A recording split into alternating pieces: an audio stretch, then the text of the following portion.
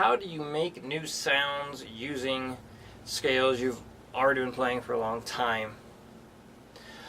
A common thing for students to talk about is they get stuck in their box shape, usually like a pentatonic thing, and they keep doing blues licks over and over again, and they just get sick of it. And they wonder, how do I stop doing that? The answer is stop doing it. So let me explain that. If you notice you continue to go back to the same riff over and over again, when you're working on improv stuff, you have to make a conscious effort not to play that. If you're trying to stay away from that, you have to stop playing the things you're comfortable with. I can think of one guy in particular. I mean, he even though we said those things and he agreed to try it, he kept going back to the pentatonic thing. I had to keep telling him, don't play that, don't play that. And I sometimes will ask him, like, isn't that what you don't want to do anymore? He's like, yeah. He kind of laughed, like, ha ha. And it's like, well, if you know that you don't want to do that anymore, stop going there. When you're doing improv practice and you're trying to get away from the old stuff, it's okay to have breaks and spaces in between what you do, so you have time to think about things.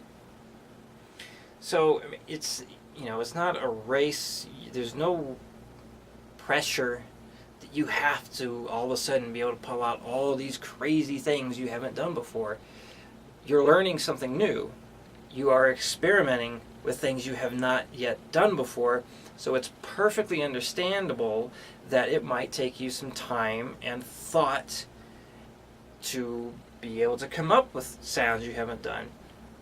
So a lot of times when you're first learning, myself included, you're just kind of going up and down the scales. So some ideas that you can do that I have some students try, seems to work, break them out of their comfort zone. Try this idea. Pick a key you're comfortable playing in, and then keep everything only on the high E and the B string. Only those two strings. For example, let's bring up the rhythm I was just using. So only the E and the B string.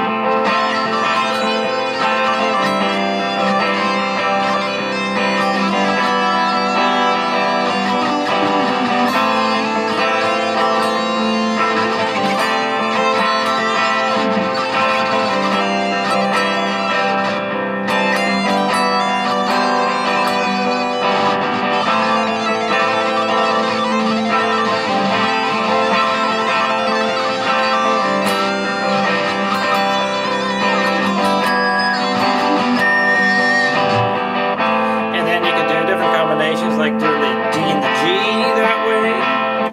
You can do the E and the A. One I really like to give that definitely makes people think is play one note on a string and then you got to move to another string. Something like this.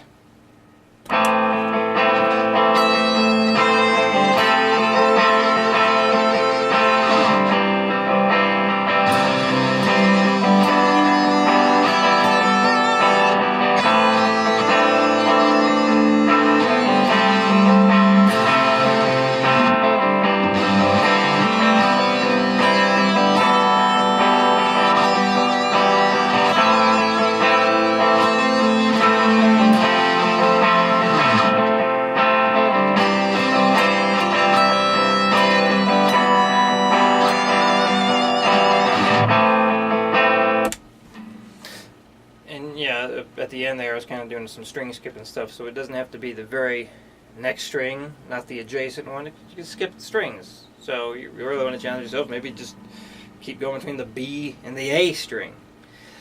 So a lot of times if you confine yourself with rules like that, then it can help bring about creativity because you have to look at things in a different way.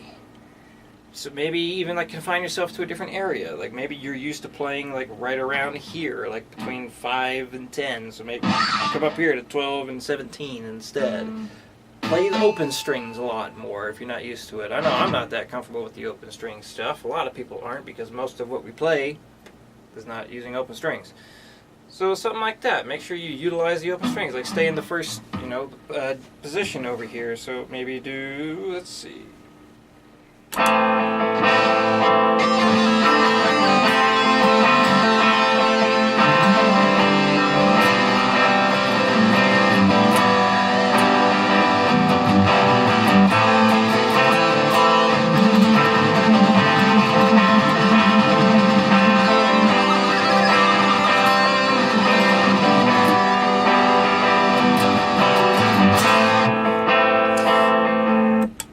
So again, just another idea. Again, there's so many ways that you can learn arpeggios. You can take, chord shapes that you already know, like popular bar chords, like a D minor bar chord shape. You can just kind of and do single notes like that over the chord progression. E minor.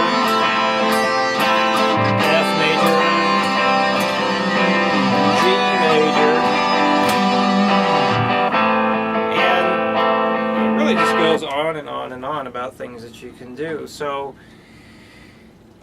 you're sweep picking, so I did finger tapping when I was keeping everything on the E and the B. So when you're doing single string stuff, great time to work on your finger tapping stuff. So maybe try techniques you're not used to. Even if you got to sweep pick really slow, if you're new to it, try it. I mean, I got an ebook out there right now. What do I call it? Sweep Picking Encyclopedia version 1. It's got over 100 different sweep picking shapes that you can try. And right now you get to name your own price for how much it is. So you can take it for free right now if you wanted to. Yeah. And you can also learn other people's solos. Because when you learn someone else's stuff, I mean, for me it's challenging, like trying to transcribe someone else's solo, learning someone else's lead, because that's their expression.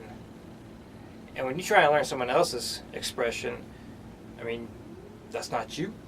That doesn't have your fingerprints on it anymore, or ever did. And then so that'll definitely help mold your mind into different things if you learn someone else's solo. So hopefully this gives you new ideas to try in creating new sounds with old scales. So if you need any clarification on what I talked about, have any other questions, send me an email. Be happy to answer them. Thank you for watching.